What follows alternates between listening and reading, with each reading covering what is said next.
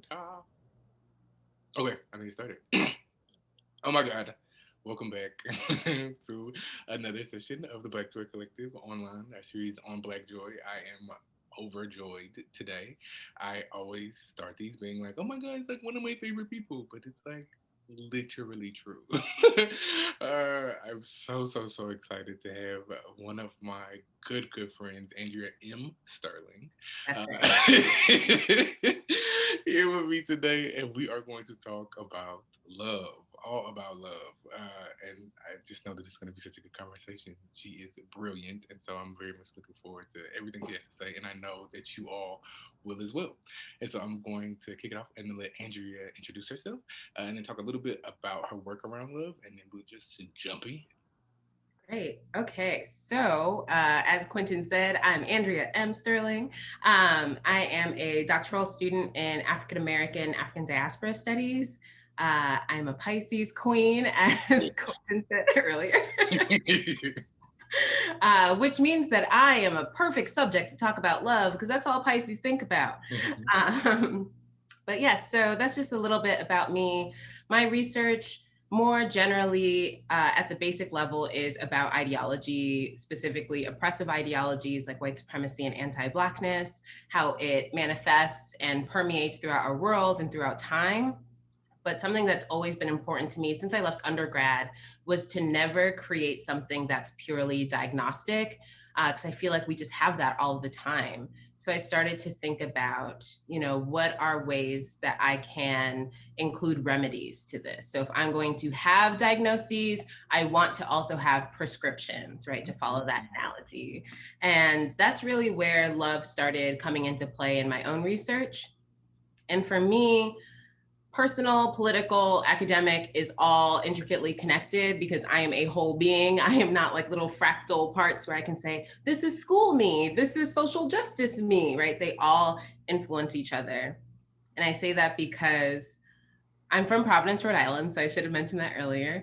And in my last several years back home in Providence, I was engaged in a lot of social justice movements and organizing around Michael Brown. And just basically every summer, every fall, there is another case, another thing for us to organize around. And over time, it became incredibly exhausting. And something that I noticed alongside other Black femmes in our group was that we felt like we were putting in so much labor, and that a lot of things were just very action oriented in the sense of direct action, but there wasn't a lot of aftercare. There wasn't a lot of checking in between actions, between rallies. And so there was no way for us to really replenish ourselves. And so what I started to realize was like, there is a lack of love. There is a lack of love here in the sense of a politic or an ethic of love. And so, gosh, I really undercut my introduction because all of these things are important. I'm a feminist as well. I'm a Black feminist.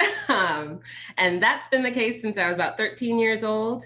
I identified as a feminist from like 13 to 19 and then took on Black feminism when I learned more about it. And so I learned a lot about politics and ethics of love coming from a Black feminist space, and Black feminist theory.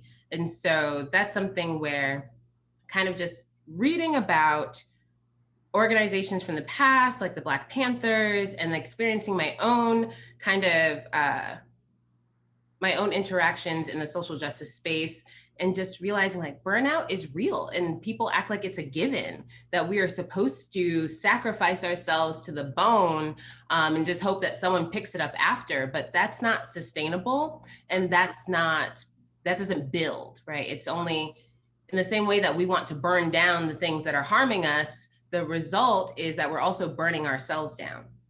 And so I figured that that can't be the only way. What are the things that we can do to help make something more sustainable, to really build towards a future? While, yes, we're burning down the things that harm us, we can also build. It's all a part of the same equation.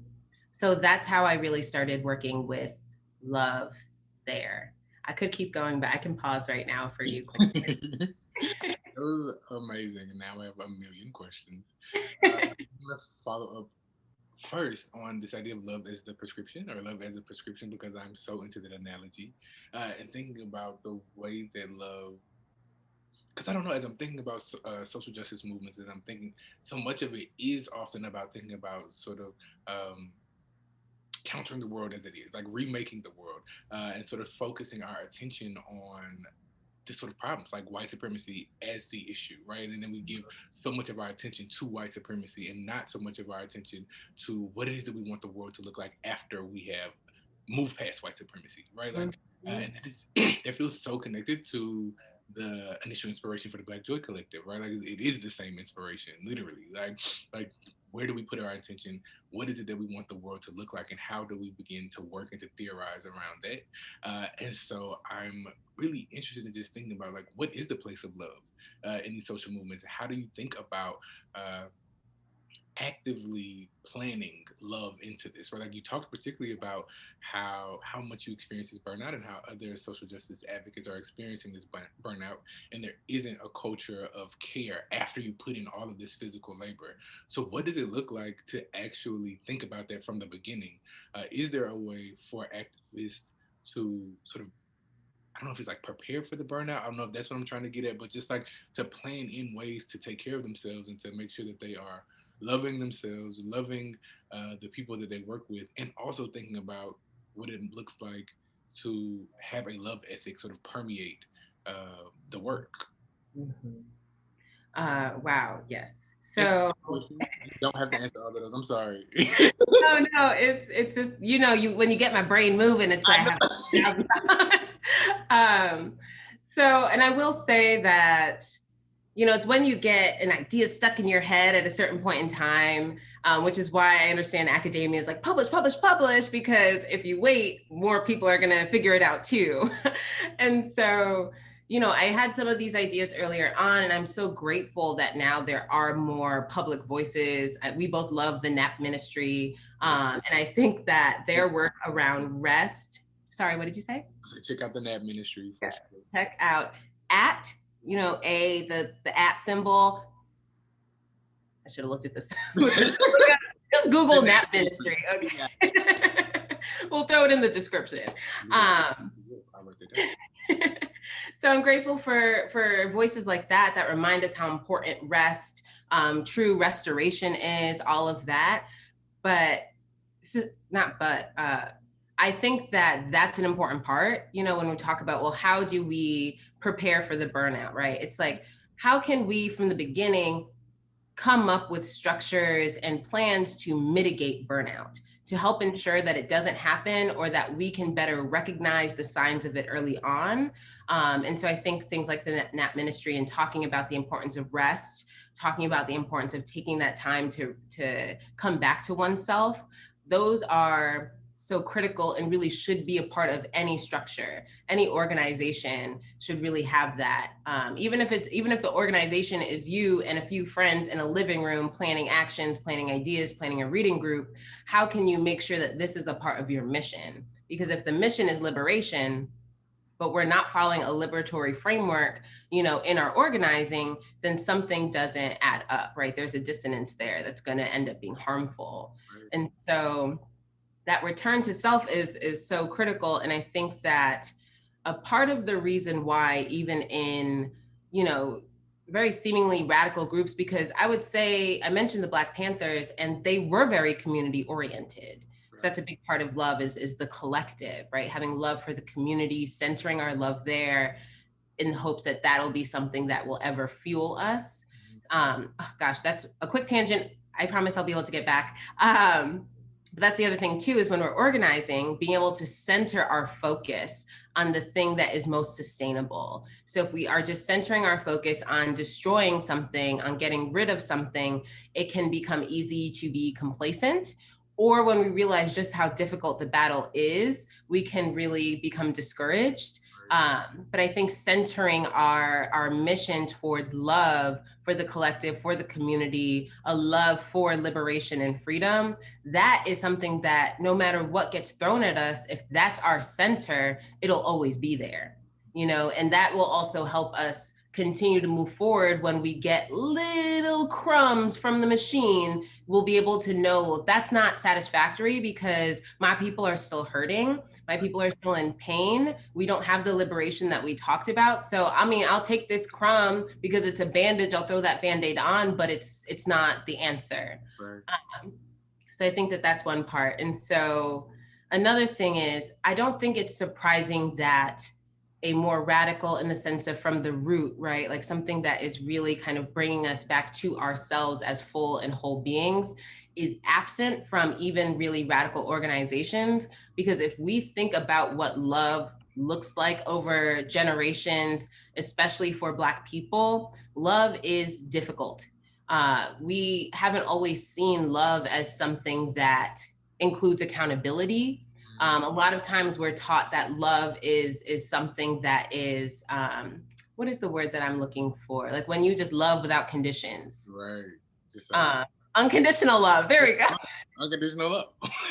This is why I'm not good for Twitter, because I just extend things. Unconditional love without conditions. Okay. That's so much more poetic that way. But unconditional love, we're taught that that is what we're supposed to strive for.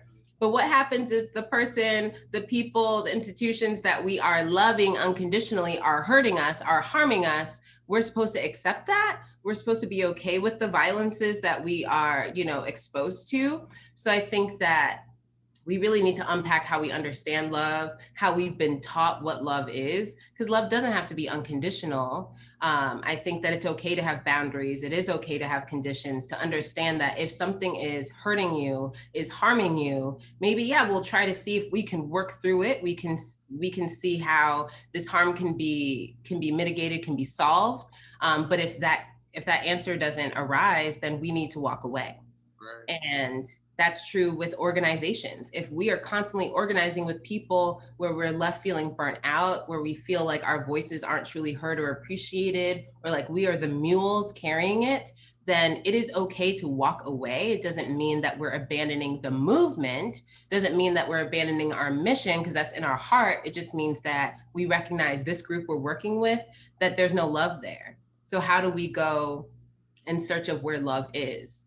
And so I think it is important for us to also unpack that generational trauma and trauma around love, and these misconceptions of what love is and what it looks like. Like, love is not supposed to hurt you. Let's bring in, for example, Olivia Pope. She has, this is dated reference at this point, but when she's talking to her Senator Bay, and he's like, Olivia, what's wrong with you? I love you so much. And she's like, Edison, this doesn't hurt me. I don't feel like I'm being driven crazy. It's like, you fucking crazy one. Right. Edison is like, Olivia, love is not supposed to hurt. It's not. Who taught you that? But then we meet Papa Pope and we totally understand who taught her. Quickly find out who taught. We quickly find out. But yeah, I think that is such an important part of it too. Part of the work is like, well, how do we define love?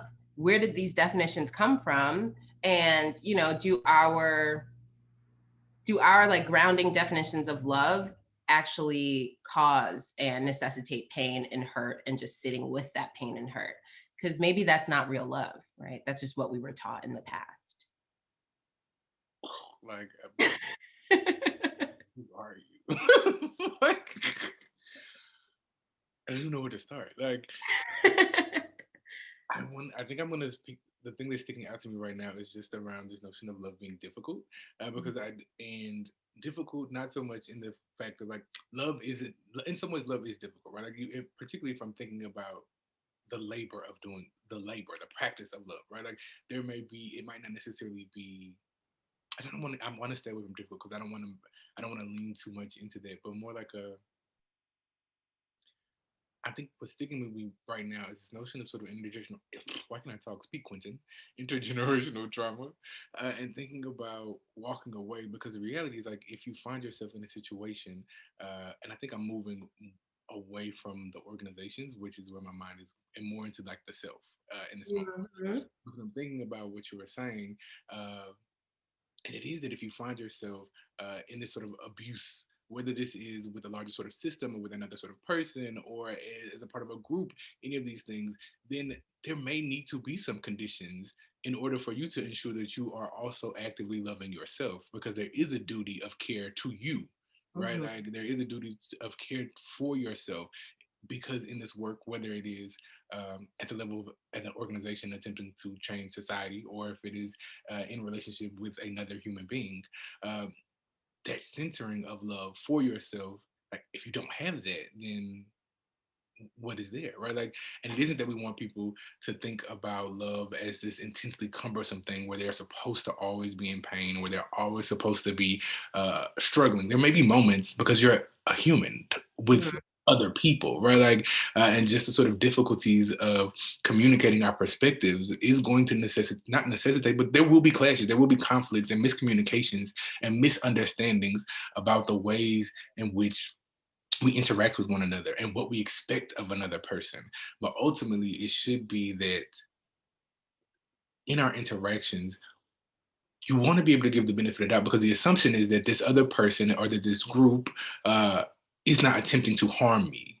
Right? Mhm. Like, I am not going to put myself in a position where I allow myself to be harmed, because then I am failing to meet the duty of care that I owe to myself. And ultimately, it feels like that has to be centered before everything. Right? Like, it's like, how do you move through the world if you haven't figured out a way to have some sort of love for the self, for yourself, in your interactions? Because then it seems like you will be more likely to allow that sort of harm and to allow these things to go on, because, I mean, you don't know what you don't know, right? And I'm thinking about these ideas of Black people in love and the sort of difficulties uh, in mitigating some of these narratives that have been passed down. Um, and I don't know, like, what do we do? Right? Like, what does that look like? And also thinking, just with a side tangent, I guess, I'm thinking about sometimes just the difficulties of communicating love, right? Like, because so many of us have been raised with different versions of love, right? Like, and so then you're in the world and maybe you have, to me, maybe cooking is love, right? And this is, I guess, getting me going down love languages. Like, this is a different path. But like, and then to maybe for you it's touch or affirmation, right? Like, and the sort of conflicts in being able to communicate love to people when we have such different concepts. Like, how do we even go about this sort of work of getting on the same page, right? Or sort of like moving around, to understand what it means, one, to love the self, and then to love other people. Ooh, okay. So uh okay, so I'm just gonna start wherever. Please, please do. I feel like I was all over the place. Oh. No, no. Because I totally see the train that you followed. You know what I mean? I understand it. But there are so many stops where I'm like, okay, we gotta do this, gotta do that. All right, I'll stop being meta about it. So I will say, like, one part I think that is important is for people to learn that conflict is okay. Uh, Mm, conflict is not necessarily violence, it's not necessarily harm. And so, one thing that I have found, I mean, to be true in general, I see this happening even more and more as we have, can't even call it soundbite media now. It's like, what can fit in a tweet? right. What can be in a really beautifully designed Instagram post? But a lot of this has tended us even more towards absolutist language or understanding of language and an absence of nuance. And so I think that's why sometimes people, they'll hear, okay, love shouldn't be something that is causing you so much pain. It shouldn't be violence. It shouldn't be harm. And then they're like, okay, yeah, I totally agree with that. And go on this other end of the spectrum where it's like, there should be no difficulties. There should be no conflict. I'm in a relationship with someone. Oh, you did something I didn't like. Goodbye, because I love myself. And it's like, okay, yes, maybe, Mhm. but but like also it's so situation dependent, right? So I think for us to also learn, what is our capacity as an individual? What is our capacity for conflict? How Mm, do we communicate that with others as well? Because if we have a low tolerance for any type of conflict, we should, learn how to communicate that. Right. And that can be difficult, especially if that low tolerance for conflict is a trauma response. It's not easy to talk about our trauma responses or to even recognize them for what they are, which is part of why it is so important to do some of the self work, and do that exploration. Um, but yeah, that's one thing that I'd like to emphasize is that conflict is okay. It can be difficult I mean, it can be difficult when you have disagreements, but it doesn't mean it's the end all be all. Right. Um, Disagreements and conflict can actually help really restore things or even help things progress, whether that's in romantic relationships, platonic relationships, familial ones, whether we're talking about organizing, because it's in those disagreements that you realize that maybe you weren't on the same page. And Mhm. it's through working through those disagreements and that conflict that maybe you can get on the same page or at least get closer to it. So that's one thing I would definitely say.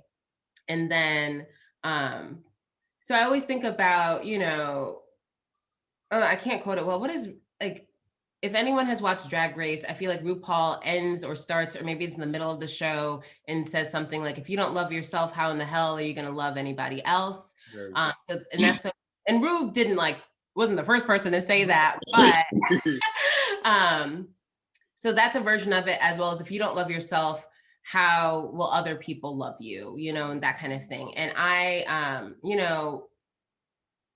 at some point in life, I probably thought like, okay, yeah, I can see that, and I can see how it is a push towards the importance of loving oneself. But I really, when I think more about it, I truly adamantly disagree with that idea because, a lot of times we can learn about love through how other people love us or through the love that we feel and have for other people, because love is so broad. Like, it's a feeling, it's a sentiment, it's an action, it's all of these things and other things as well. And sometimes we have a huge capacity of love for others that maybe we don't have for ourselves, but it doesn't mean that the love we have for others is any less than. Right. And in fact, the love we have for others can help be a teachable moment that maybe one day we can turn the lens and bring that love back to ourselves. um, so I think that that's also something important too, because I've seen people and I've talked to folks who have really internalized that idea that if they don't love themselves, they won't ever be able to find love. Right. And so then they're at an impasse because it becomes like a really self-defeating cycle Right. where maybe for whatever reason it's hard for them to access that love for themselves on their own. And it would be helpful to have someone kind of show them what that might look like, or sometimes show them what it's not. Right. Like, in some ways I've been able to learn my own definitions of love through the way that people have loved me badly, and badly to me. And maybe that's the way they could love, and that's the way that they knew how to love. But what I had to come to realize is that style of love does not work for me. I do not want to seek that love out again. And Mm. so I think that's true, and just I think that's true for a lot of people. And those realizations can help us come towards a love for ourselves, which is not an absolute and like in a fixed action. Love is something that is habitual, right? And so even though maybe I love myself a certain amount today, it doesn't mean that that's like my max amount of love. Maybe I think I've hit the top, like I love myself so much, I'm brimming with self-love. But maybe in 2 weeks or in a month or in years, things will have added to that and have like raised my ceiling of love, because it is something that is constantly changing and always and ever growing. So I did want to say that too, because it is, an important part as well, is like it does help if we have love for ourselves to maybe notice more quickly if we are in situations or relationships that are harmful to us. But I also think that people can have a lot of self-love and still, be in relationships that are harmful. Because again, there are different types of categories of love. So the love I have for myself and then the love I have for someone else, maybe my understanding of how other people love, kind of determines how I'm moving with them, or I'm just caught in this relationship. And there's so many different aspects of how abuse works and violence works that it can be difficult to recognize that the love that I'm feeling here is violent and unsustainable, you know, or maybe I do recognize that but can't leave. That's true for romantic relationships. That's true for friendships, like tons of toxic, you know, friendships. That's true of when we think about the constructions of race, like white supremacy is a violent and abusive relationship, you know. The relationship between white supremacy, whiteness, capital W whiteness, and blackness is an abusive relationship, right? But it's not something that is always easy to walk away from because of situations, because of structures. We don't have that option to just walk away that easily. And so I think that's something else important to say. I'm so sorry, I'm gonna let you talk, but and then I wanted to address the last thing that you were saying before I started talking, which was essentially how do we get to into the work of being on the same page. One is like recognizing and being real that we're not on the same page, and just being able to have, and this goes back actually to the first point that I started with, which is conflict, being able to have those difficult conversations, being open to the idea of vulnerability. When, you know, and I talk about vulnerability all the time. It is something that is incredibly hard to me, and maybe that's why I'm so obsessed with the idea of it. But being able to have those difficult conversations where it is like, hey, I don't think we're on the same page. Hey, I don't think that our needs are speaking to each other. There is something, you know, there's something amiss here. How can we work through this? Is this something that we can work through? And so being able to lean into difficult conversations and not shying away from them just because, you know, they're scary or anxiety inducing. And all of this is like standard, right? I'm painting with a broad brush because individual situations call for different things. Right. Oh my God. See, this is the problem with us. It's just like, okay, we both tangent, we both say things we like are like, okay, gotta talk about this, gotta do this, gotta do that. It's like, oh, yes, it goes so good. I think I'm gonna start with the conflict. First I'm gonna pause because my computer's gonna die and I need to get this charger. Okay, and we're back. So I think I want to pick up on the part about conflict, and particularly in the utility or the usefulness of conflict in helping us to potentially make progress. Because now I'm thinking like you have to have conflict, right? Like you have to have conflict in order to make progress in your interpersonal relationships or in this sort of larger society, right? If you're thinking about this sort of violence. Or the sort of abusive nature of the relationship between sort of a white supremacist society and whiteness, capital W whiteness, as you said, and blackness, or even in our interpersonal relationships or potentially our relationships with ourselves, so much of the work of remedying some of the issues comes after the conflict. Right?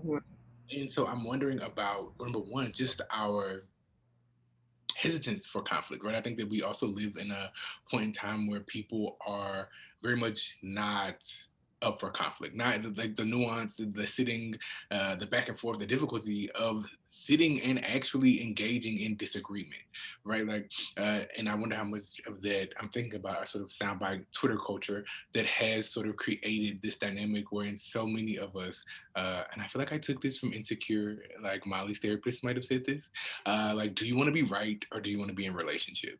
Like, Molly's therapist did Molly's therapist said it, right? Like, and I remember sitting there, I was like, that's good, you know, because you can't necessarily always be right, like particularly in relationship, right? It is that conflict and understanding, being able to have the desire to see the perspective of the other person, to see the perspective in order to move forward. It might be that you feel like you are right, and it might be that they also feel like they are right. And it is in working through the conflict and the tensions that arise in being human and having varied perspectives that allow us to sort of narrow in on something, right? Like some sort of like common understanding of what is happening, some sort of common way of deciding that we want to be in relationship with one another. And so it isn't that there's never going to be a complete absence of conflict. Like just this idea, as much as it is that like love should not hurt, it isn't, the expectation shouldn't also be that it's always going to be easy, right? Because it's work. Mm-hmm. Right? Like it is work, as you said. It's a feeling. It is an action. It is a labor, right? Like in many ways, uh, the act of loving oneself, the act of loving other people, the act of loving the collective. It is at some level about work, and in being in community with others and being in community with ourselves. That doesn't happen without some level of conflict, and conflict is okay. And I just wanted to repeat that just because I think that it's important. like I think you said conflict is not necessarily violence, and that should be on a T-shirt. Like I think that it should be because so often it does feel like that. Like we live in a point where it's like if I have any sort of conflict with you or you disagree with me, then gone, right? Like I do not have to deal with that. You do not see the world how I see the world, and therefore you are incorrect and you don't know, and that's just not how it works, right? Like that's just not how anything works, and particularly in a loving relationship, it is in trying to figure out how to work through those conflicts. And in some ways how to forgive, right? Like I wonder how much thinking so much about like forgiveness as an aspect of love, right?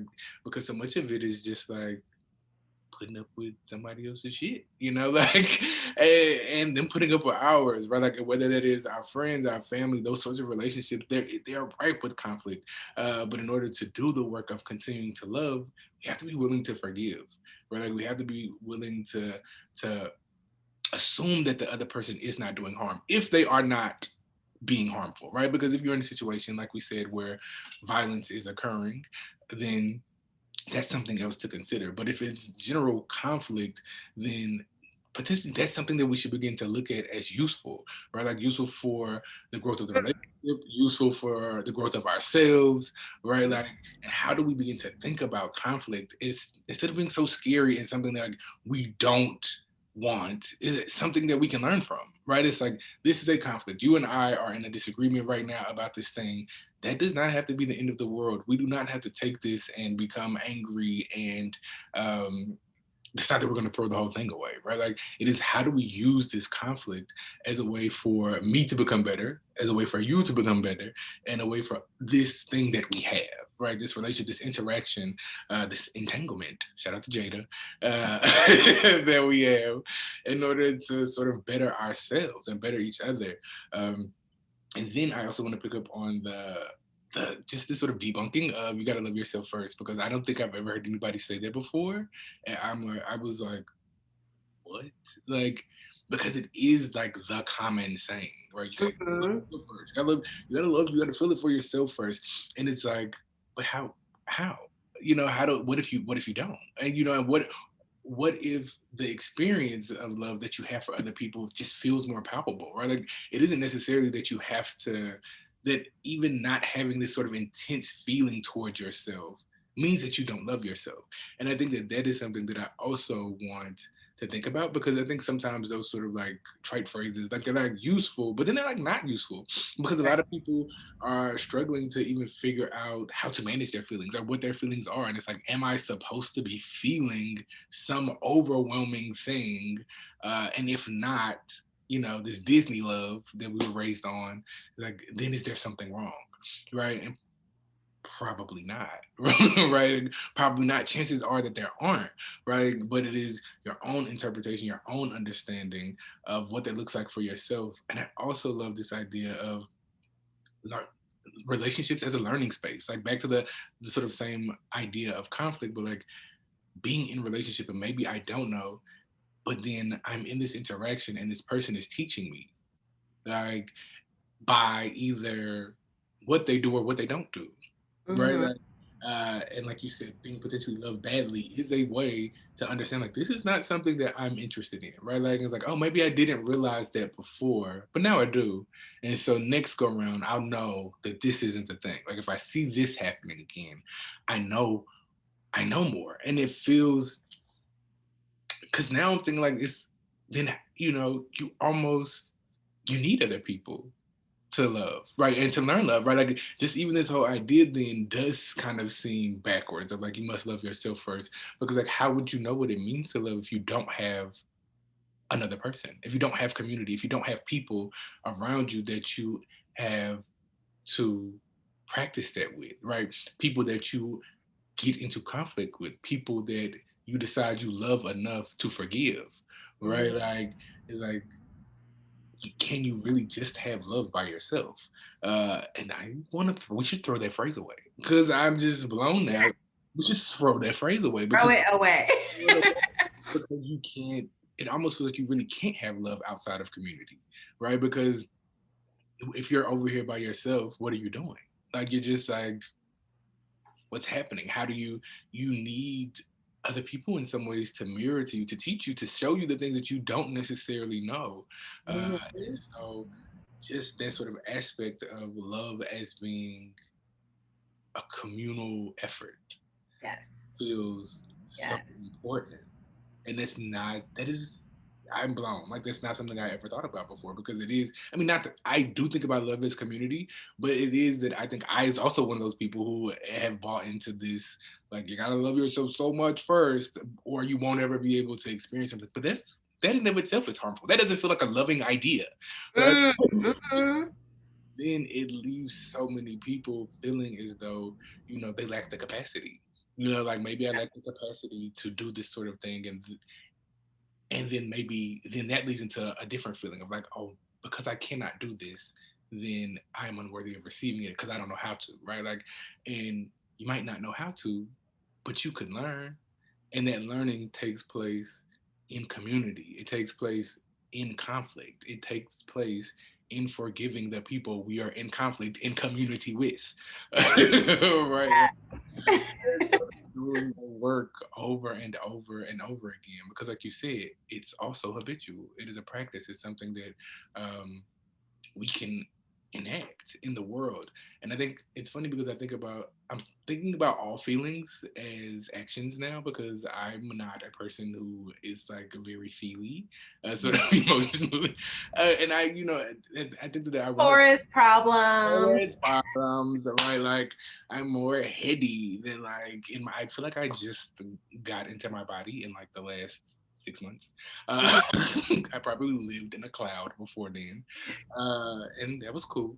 But just sort of like learning that that's okay, like learning that that's okay, and learning that we do love differently and we do see things differently, because to me it is more of an action, right? Like, then I am sitting over here and I just have this, like, my heart is pounding and my stomach is quivering, like, that's not me. But if my friends are hungry, I'm going to come and feed you. Like, Mhm. like, if you are distraught or you need help, I will come and hug you, right? Like, because those are things that I can do, and to me, that feels like the thing, but I know that that is not the definition for everyone.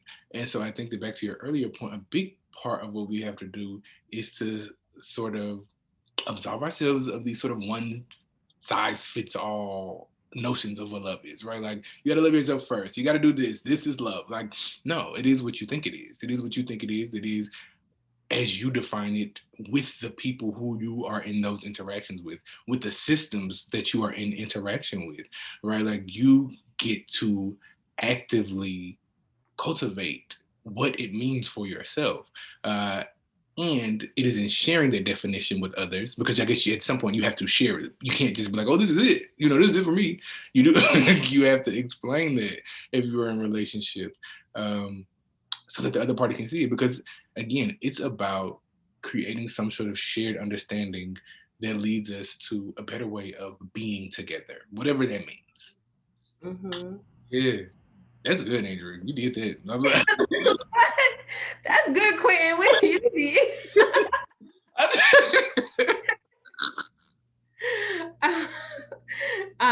Gosh, yes, I love that this is how it's going to be, where we're just like, oh wow, yes, you brought up a lot, so, and then vice Right. versa.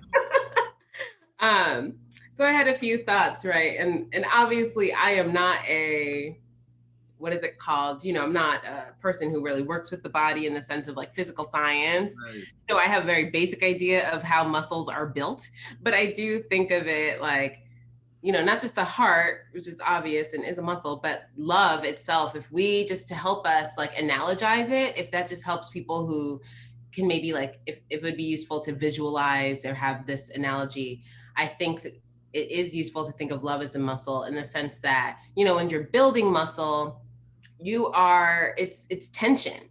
You're breaking down the fibers so that they can then grow stronger through that act, through that tension. And I feel like that's true with love too, with our relationships with people. And that's general relationships. And I'll just say this right now, anytime, and I feel like this is true of you as well, Quentin, using relationships is not inherently like about romantic relationships. We really mean our relations with other people in the world.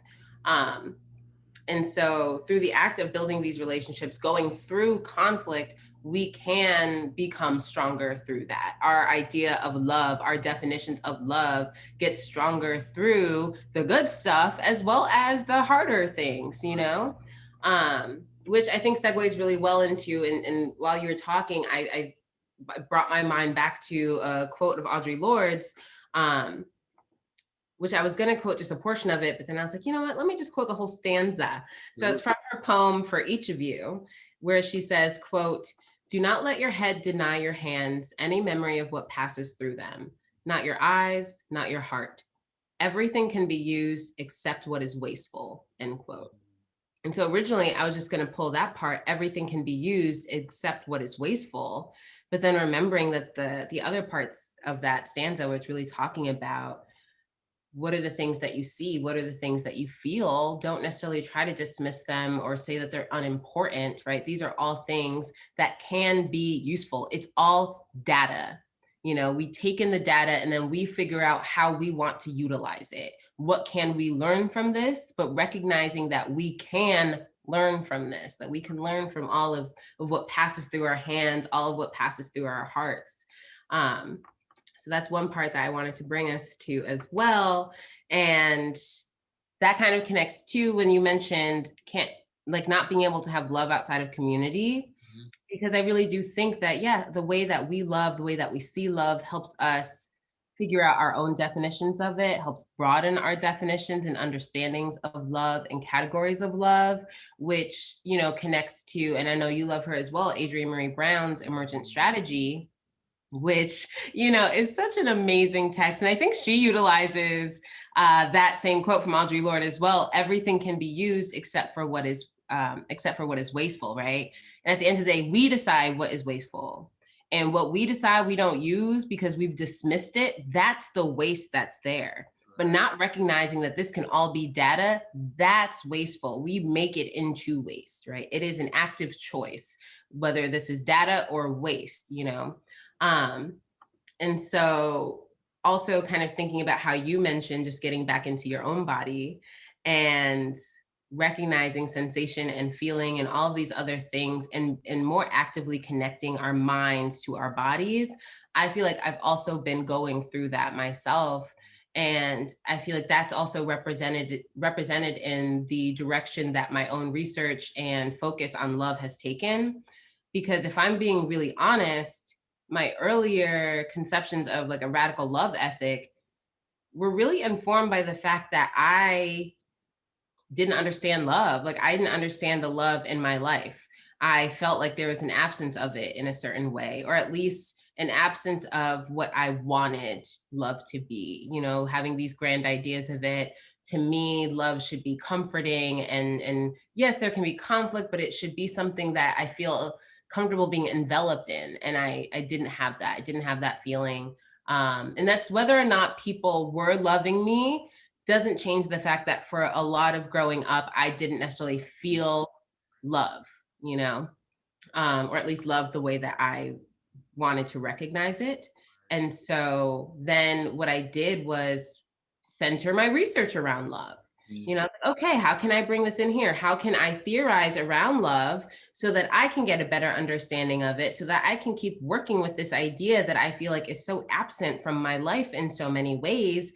And that's how I kind of, you know, refocus my energies. And I don't disagree with any of the things that I had stated before, like in my work around love. I still agree with that. I think that now I could actually add even more to it with a more nuanced understanding. But for me, it really did involve like a coming back to myself. And I'm just going to read this part because I feel like it's easier to read than try to paraphrase. Because my attempt to paraphrase, I would end up reading it anyway. Um, and so after I took this affect seminar I've talked to you so much about last semester, I mean, it really forced me to, I think, a combination of the affect seminar and the pandemic, which is amazing. This is the first time we've mentioned it. Because that's the reason why we're not sitting at a table together. Like, right. All this is online anyway, right here. Right, exactly. I think a combination of, I'm like a very busy person. I would always have things going on. I would just fill up my schedule as much as possible, stay busy. My mind works all the time. And I just found that if I can have things on my schedule, then like that was just better and easier. The pandemic like shut that down. And I'm always someone that I feel like I really enjoy myself. I do love myself. I am incredibly amused by myself. I crack myself up all the time, right? But there are also ways where I avoid myself. And being home all the time, which I had no choice of, really helped me see that more thoroughly. What some people call like doing the shadow work, right? So what are the things that I have been ignoring about myself, about my needs, my wants, all of that. And so I think the pandemic and then this affect course I took really helped me get a better understanding. So um, yeah, I'll just read this. But also, before I do, I think that something that we didn't mention yet is that love and healing should come together as well, like are connected things, especially when we talk about trauma and how love, so I kind of did imply this as like love as antidote, love as prescription, so that is love as healing. And so for this project that I was doing for affect, a part of my exploration, I wrote this now quote. So this is the quote time, quoting myself. Quote, this work is a work of reclaiming, uncovering, and healing. It is a confrontation, pitting myself against myself. Through this process, I had to consider the unthinkability of self, how the work I was producing forced me to question what parts of myself I had purposefully made illegible. The trauma that had previously defined me metastasized within me that I had avoided for too long. Using abstract ideas and a hyper focus on ideology and history to deflect my attention away from my own infection, my own hurt. I recognized trauma as virus, disruptor of code, making my own self unreadable and inaccessible.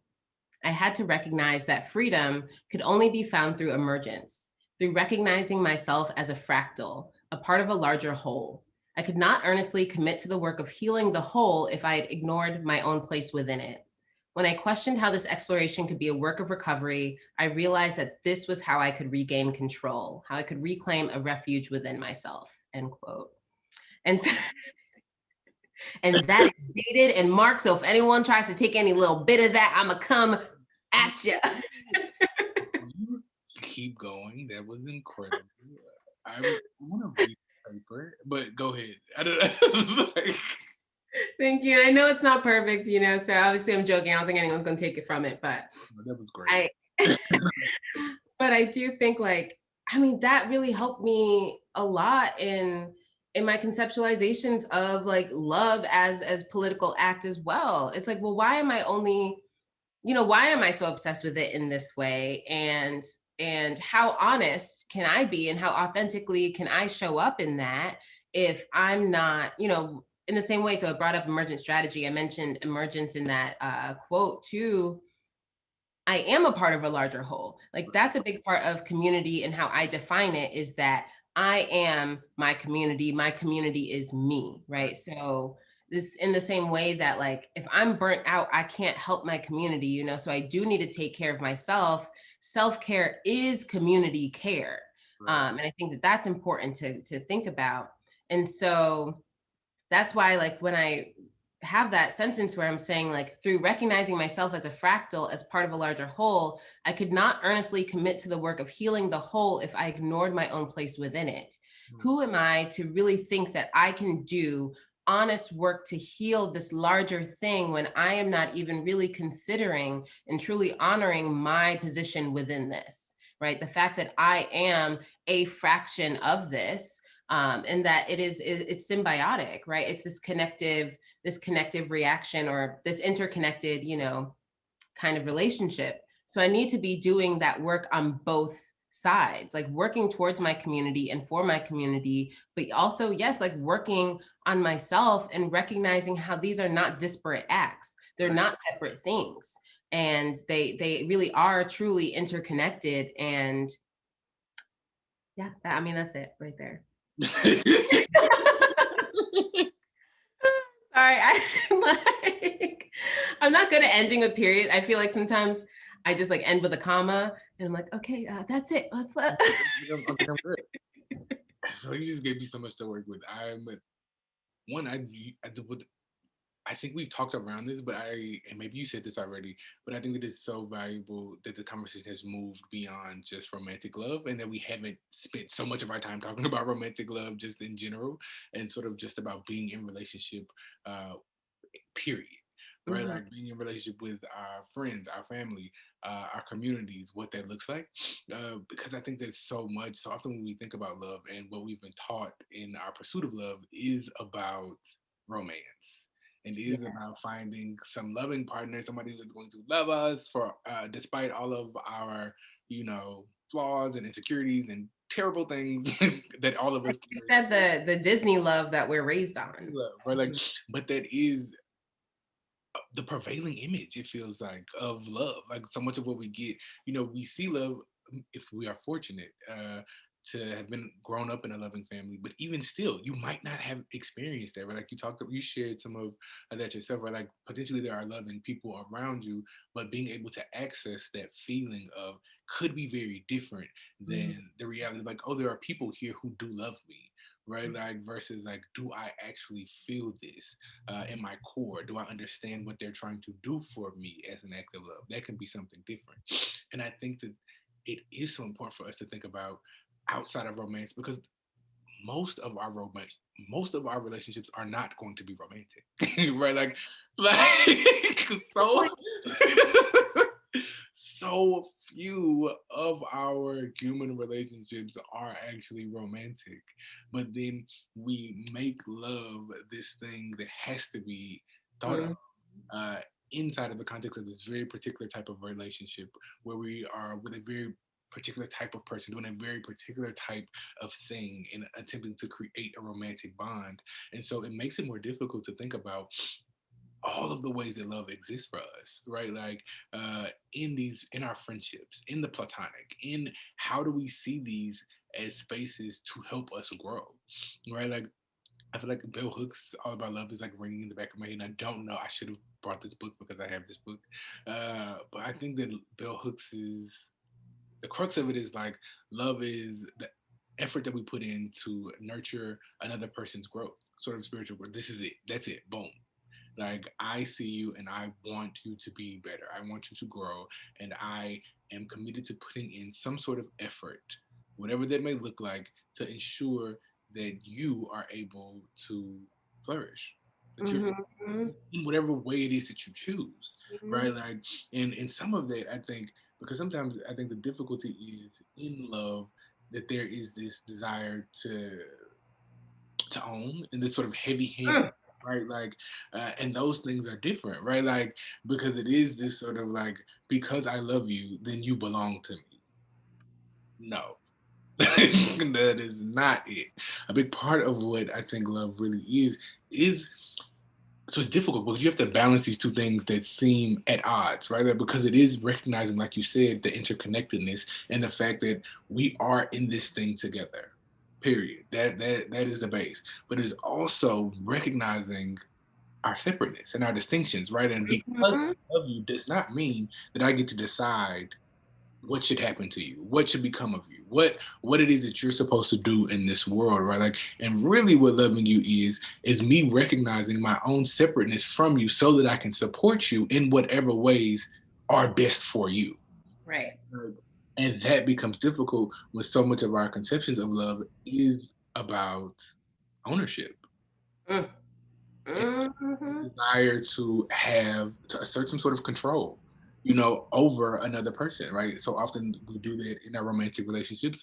It is often the way that children are raised is very, in most child rearing situations, it is very much that the love is about control in some ways. It's like, you are my child, and you are going to do these things because this is how I see the world, right? Like, and there might not be enough space for the child, who could be very different from their parents, to express themselves and to be themselves and to move through the world in a way that feels honest to them, because they are in some ways being inhibited because of a love that is interested in control, right? Like, and potentially there are a million reasons, particularly why Black parents are like this, right? Like, so much of that is about a desire to protect, right? Like, a desire to ensure the survival of this child. I think so often, like, Black parents have this like intense love for their children that is rooted in a fear that maybe that something might happen to this child. We live in a world where there's a very real possibility that a Black child may be harmed, right?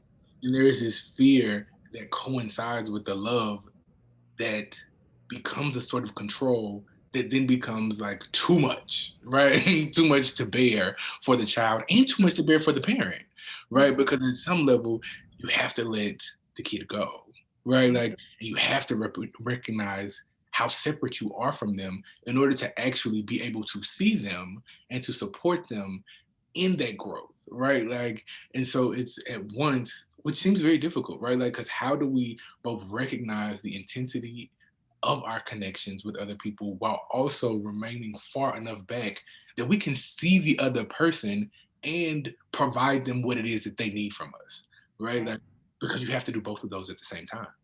Like, and I think also I'm thinking about, where did I go? I think I lost my train of thought with that one.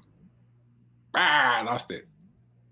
Well, I mean, I do think like that connects back to the idea of being fractal parts of a larger whole, but each part is still its own part, right? Like we have our own identity. That love or our connection doesn't mean that someone has to be consumed or subsumed by it, that who they are has to get erased or rewritten just because love is there now.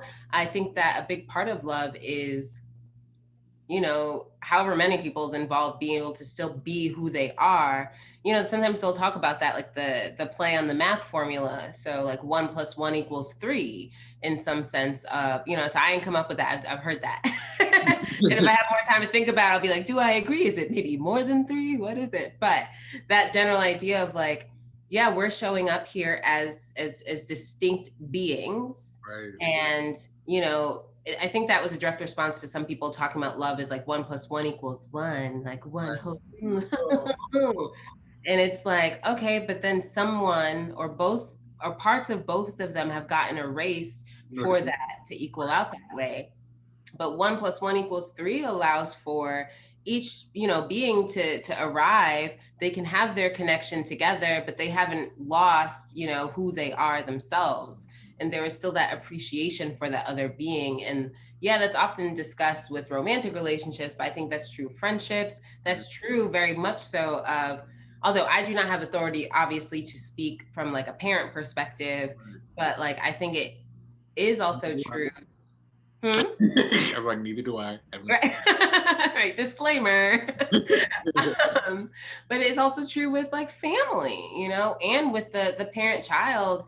It's like, are we recognizing, you know, the child individualism and who they are and their own identity, and also in the reverse, which is a perspective I can speak in, is are we recognizing our parents' identity outside of mom, outside of dad, like who they are as people, and being able to recognize that individuality that exists. And it's so funny because, you know, our capitalist structure is so very individualistic, but it's not actually that much about having an individual identity. There are so many clear archetypes that are pushed that we're supposed to fall under. So like, yeah, I guess we're kind of individualistic, but we're actually also anti-individual. You know, we're anti like people having like their own, that's what, their own sense of self, because honestly, that's dangerous to power. If we truly have our own sense of self and therefore our own sense of like our needs, our wants, like what is important, what feels safe to us, what feels like violence to us, then we could then become, resistors, Right. cowards. So it's safer for the structures and the higher ups and all that to just feed us the same archetypes, to tell us that this is what it means to belong, this is what belonging looks like, this is what you should be striving for. Otherwise, you're an outsider, you're an outside of the group, no one's going to love you, the system won't love you. I don't want the system to love me, the system's jacked, excuse me. Although this reminded me of something that I was going to mention earlier with the conflict, is, the difficulty in having conflict in relationships, Right. people. And so when we're talking about why we avoid conflict, and I think that there's also this really interesting, it, I don't know what proper word to use here, but it's like an interesting kind of like difference where it's like we do avoid conflict, but also secretly we tend to hold other people as like enemy combatants in our head, even the people we love. And so I feel like that's sometimes why we avoid conflict, because we're like, okay, if we get, I mean, we both are scorched earth people sometimes. So I think we understand, like, we'll avoid conflict because we'll feel like we're at war. Right. And it's like, but conflict doesn't always have to mean war. Like that doesn't have to be what it is. Like the other people aren't necessarily enemy combatants. Right. And so when we are like thinking of them that way, even if it's subconsciously, what ends up happening is kind of a cold war. Like, yeah, there's no action, there's no active conflict, but there's simmering tensions. And so then when we do get to a point where conflict is unavoidable, it becomes too much. Right. It becomes something that we can't necessarily survive or push through because we were not attending to things earlier. And often because even if we claim we love this other person, we love these other people, we're not always actually holding them in good faith. Right.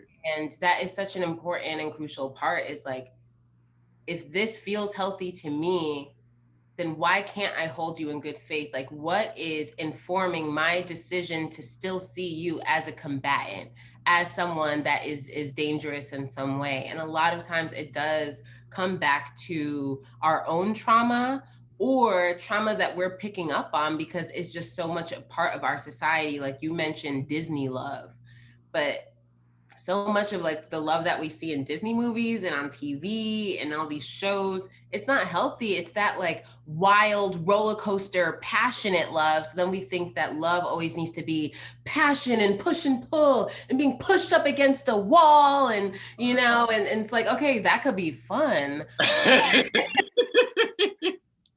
That's not like what love is. And often that is not sustainable. Like what burns so hot is going to burn fast. Right. And what are we going to be left with, And so we don't always get to see that, like, the thing that simmers a little bit longer, the really, and so what they call it companionate love, where it's really growing together as people. We see this with friendships. We seem to understand that that's good for friendships. So why don't we see that as being important for familial relationships? Why don't we see that as being important for romantic relationships? Right. Like allowing us to really come together as beings and form a true companionship, right? And really share ourselves with each other, recognize that we are allies in this. We are not combatants, we are not just potential enemies waiting for a conflict to arise.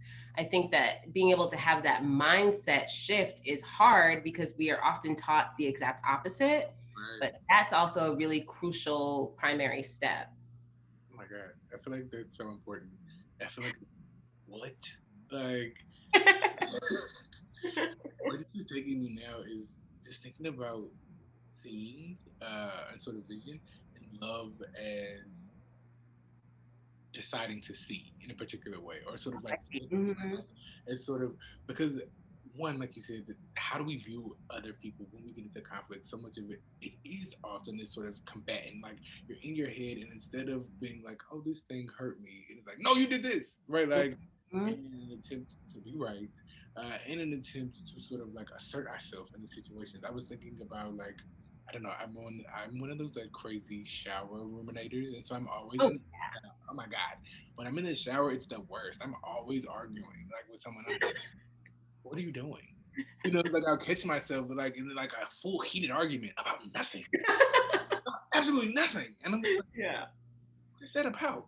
Like, and why are you angry? Like, because actually you're not angry. Mm. It is this sort of like way of seeing and sort of retraining. I think what it is about is retraining what we see, right? Like, and this makes me think about even your earlier points about the data versus waste. It's about how you view that.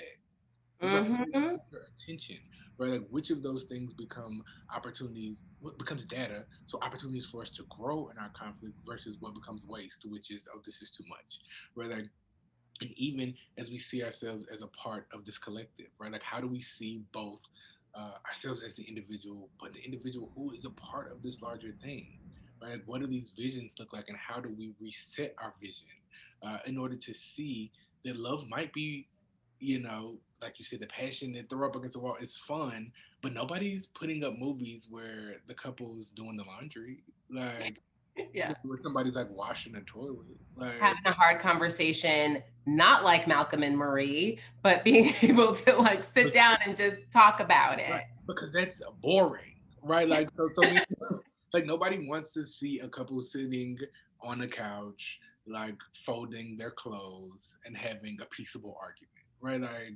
Oh, that's so Like, cute. I I, want to see it. maybe I do want to see that. Maybe maybe we need more movies like that. Maybe we need more sort of public images because so much of our public images of love is that sort of like this is intense, right? Mhm. Like, and this is love. It's we watch Malcolm and Marie. It's an hour and a half, way too intense argument, and then in the end they just go stand outside beside each. Oh God, you didn't see the movie? Okay, I'm gonna stop talking about it. That was my fault. I made the reference. I knew it was dangerous. I thought you knew. I thought you knew. Okay, well that's it. No more Malcolm and Marie. But it is. But again, it's another one of those sorts of movies where it hinges on not just conflict, but an intense and sort of unhealthy conflict. Right? Mm. How do we learn to be in conflict, like you said, and see the other person as an object of love? Right? Like I am going to speak to you with kindness because you are someone I love. No matter Mm.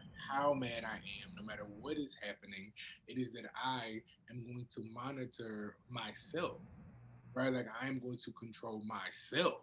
I am going to make sure that I don't speak to you, in this way. I'm going to make sure that I try and be careful. And we're not always going to get it right. We're not always going to get it right. But it is, I'm trying, like trying to be mindful of that this person isn't my enemy, right? Like, and how do we think about seeing other people and how do we think about seeing ourselves, right? Like, because as we think back to, even if you aren't necessarily like I talked about, like this sort of like deep feely person, right? Like there are these moments when you're thinking to yourself again, maybe your shower moments, like what are you saying about yourself? Mm. Like what are you saying to yourself? Like do you wake up and think like, oh my God, I look so fucking terrible today. I'm so Oh. ugly. My body looks like this. I'm not smart Mhm, enough. I'm mhm. never gonna get this. It's like those things matter. Like that's the level at which you have to begin to think about self love. I think like if we're gonna, maybe you aren't gonna wake up and feel this big pounding in your chest, but you can think to yourself like, oh, I don't like this. Like I'm gonna try and be a better a better friend to myself, a better Yeah. companion to myself, right? Like because there are ways that we speak to ourselves that we would never talk to other people. Never, Never say some of the things that you think ever. about yourself to another person. And how do we interrupt that, right? Like I've started, which is hokey and hippie and corny, but when I find myself in those random arguments about nothing, I literally have started being like, I love myself. Like I just make myself stop. I just need something to interrupt it because I've noticed that like if I say it enough in my head, I can stop it. Like I can put my attention somewhere else. I can see something else, and I think that that's valuable. It is in managing how we speak to ourselves, and even the sort of as goofy as it feels, some of these self love practices of telling yourself that you love yourself. It is so difficult to look yourself dead in the eyes, like in a mirror, and be like, I love myself. And it should not be. We are trained to tell other people that we love them all the time. We see our Mm. parents, and it's like, I love you. Your parents, I love you. You see your romantic partner, I love you. But like, how often across a day, across a week, across a month, across a year, do you actually stop and be like, yo, I love you. Like, I love me. Like, you're great. I think you're awesome. Like, why is that so foreign to us, right? Like, because we aren't necessarily trained in that way. Like, it is that we see this giving it away, and not so much of like, I'm just gonna like look at myself and be like, you know what? I think you're pretty great. Mm-hmm.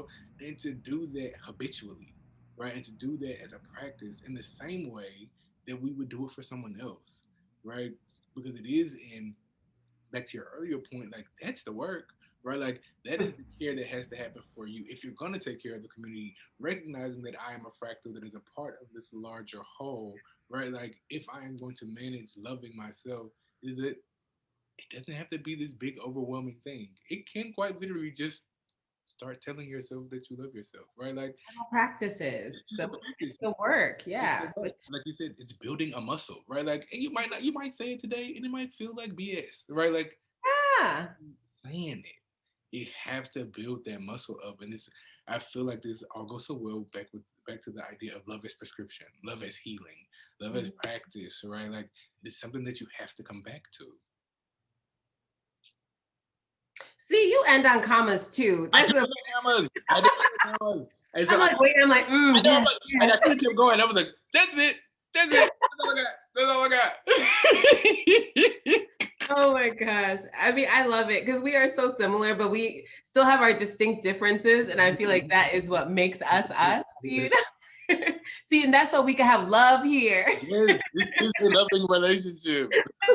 Like, so, so So, just clear. oh, oh, go ahead. Okay.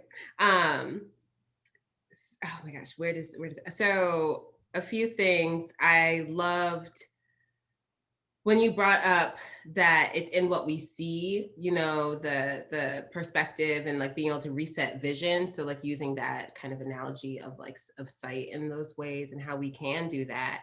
Because I think even like calling it a mindset shift sometimes can feel too abstract, but if we can analogize in the sense of like, well, how do we, a lens, like how do we switch our lens, even if that is towards ourselves, how do we do that? And so you brought up, you mentioned being mindful, and I feel like, mindfulness is totally having its moment. And I think that people will think of it, okay, I'll use mindfulness for my anxiety or I'll use mindfulness for this other thing. But it's like, it can work for so many things, just at its root. And I think that if we break down mindfulness, what it's at is like being able to recognize when we are out of calibration. But the only way that we can learn that we're out of calibration or out of alignment is recognizing, well, how do we feel when we are calibrated, right? When we are in alignment, what does that look like? Are we not sure? So how can we maybe begin to think about what that might look like for us? And then how can we strive towards that? How can we recognize when we are away from that, when we're drifting further and further away from our preferred alignment? And what can we do? And maybe in that moment, all we can do is recognize that. And that's another thing too, is like, when do you know how or when to have a difficult conversation with someone that you care about? It's also be mindful. Do you feel like things are out of alignment right now? Maybe that means like this is a time to check in with others. But I do want to bring this back to self-love. Like this is a time to check in with yourself. Like if things are feeling like you were just caught up in that negativity spiral, and I'm not saying like negativity as this, because I feel like there is toxic positivity online a lot where it's like, don't be negative, don't think that, whatever. Negativity is a part of our lives, excuse me. But sometimes that negative thought spiral is just like, it's not true, but in the moment, it just feels so true. And so for me, I even think that I've been able to come to more like nuanced understandings of how I think about love and how I think about connections with other people through the work that I'm doing on myself. Like I mentioned, like the pandemic has just necessitated that I sit around, I can only watch so much anime, and like I have got to eventually do something with myself. And a lot of that work has been like working on my anxiety. Like I've got capital A anxiety. And what is interesting is how often that results in a distortion of truth.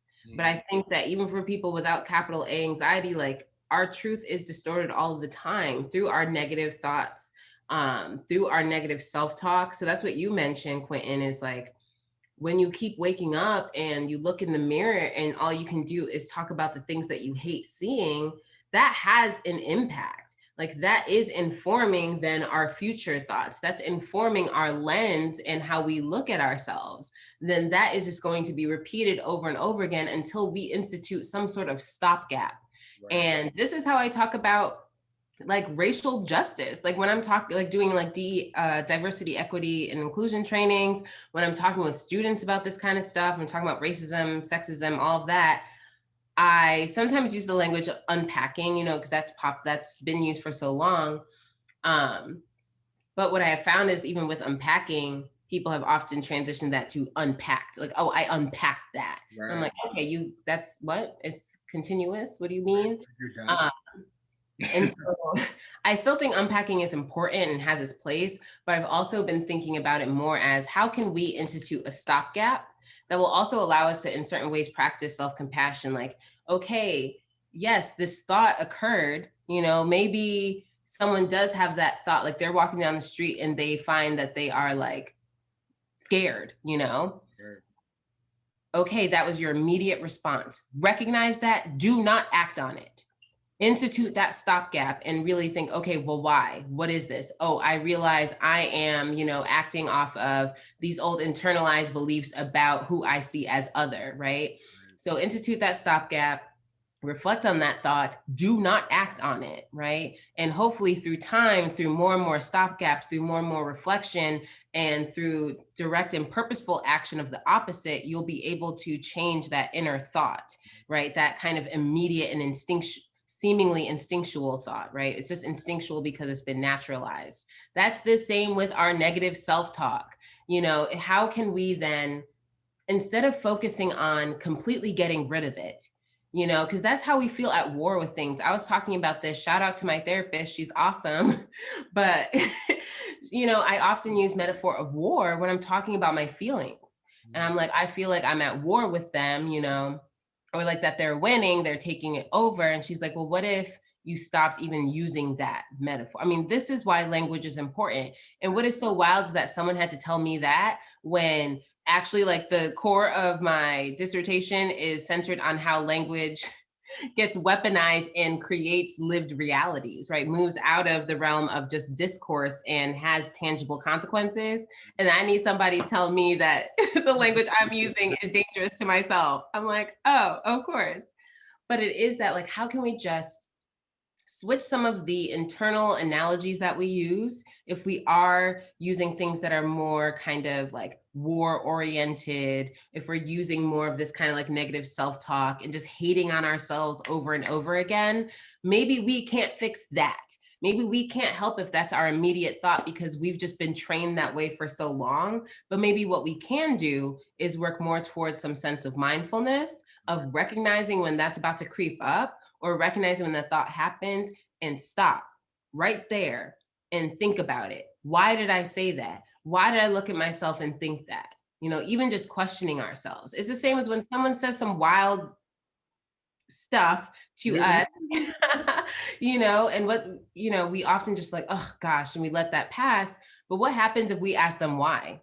Right. Right? If we throw it back at them, they often can't answer, or they would have to show themselves as being, you know, a hateful person. Right. And it's the same thing, like for us, if we were to ask ourselves, why am I saying that about myself? We'd either find that we are at a loss for words because we don't know. And it's just like, oh gosh, I guess that's just my training. Where did I get that from? Or we'll start to really uncover and unravel, you know, where our negative self-talk comes from, where we are having this kind of self-hatred and why, and how we can move more towards a sense of self-love. And it's hard work. And a lot of that like has to happen in tandem, you know, like working towards self-love and also unraveling, unpacking like the harshness and the, you know, the kind of meaner perspective that we hold when looking at ourselves. Mm. I think this face. I'm so expressive. I've been really trying to hold it in, but my face is just, it's my face. It just has no poker face. Oh my goodness.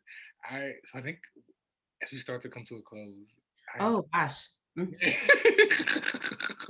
There's so many more things, but we could be here for hours. We have to come back. I think I'm gonna have to like interview you a second time. We would literally be going forever.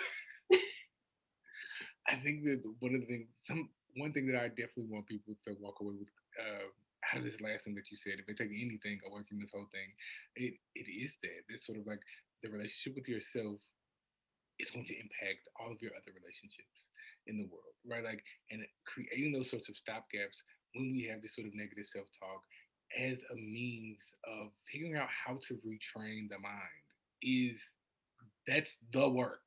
Mm. Boom. Like that is it. Like that is the work. And even this sort of notion of unpacked is false. Like you are always unpacking. There are so many bags to unpack. Like you are not done.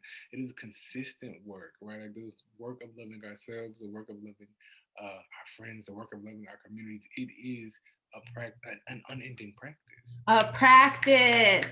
A practice, right? Like it is something that we have to do, and I think that you offering um, even that interjection of why is super critical and super helpful because sometimes when it's happening, like you don't know how to stop yourself, and sometimes it is that it happens, like you get this feeling and then things start to run and you don't even realize Mm-hmm.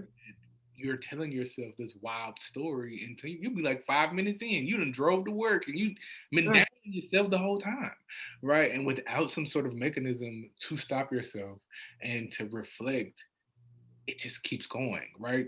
Because that is a practice as well. Mm-hmm. It is a seemingly natural, like you said, seemingly instinctual, sort of naturalized process, but it is something that we are doing. It is something that we can interrupt. And I think that this notion of using why, right? Like, why are you doing this? And maybe you don't know the first time, right? But like, keep coming back when I have, why am I doing this? Until you're able to give yourself some sort of answer to put yourself back on track, and until you're able to come into a better relationship with yourself, your mind, right? Because this is the way that we will not only make change for ourselves, but make change in the world, make change in our communities, make change in the larger society. It is about figuring out what that why is, right? Like, and moving past it if it's something negative. And so I want to give you an opportunity if there's anything else you would like to say in sort of closing out, or you don't have to. Yeah, I mean, I just and really just kind of piggybacking off of what you said. Asking those. Well, I guess you were piggyback off of what I Yeah, said. that was yours. That was all.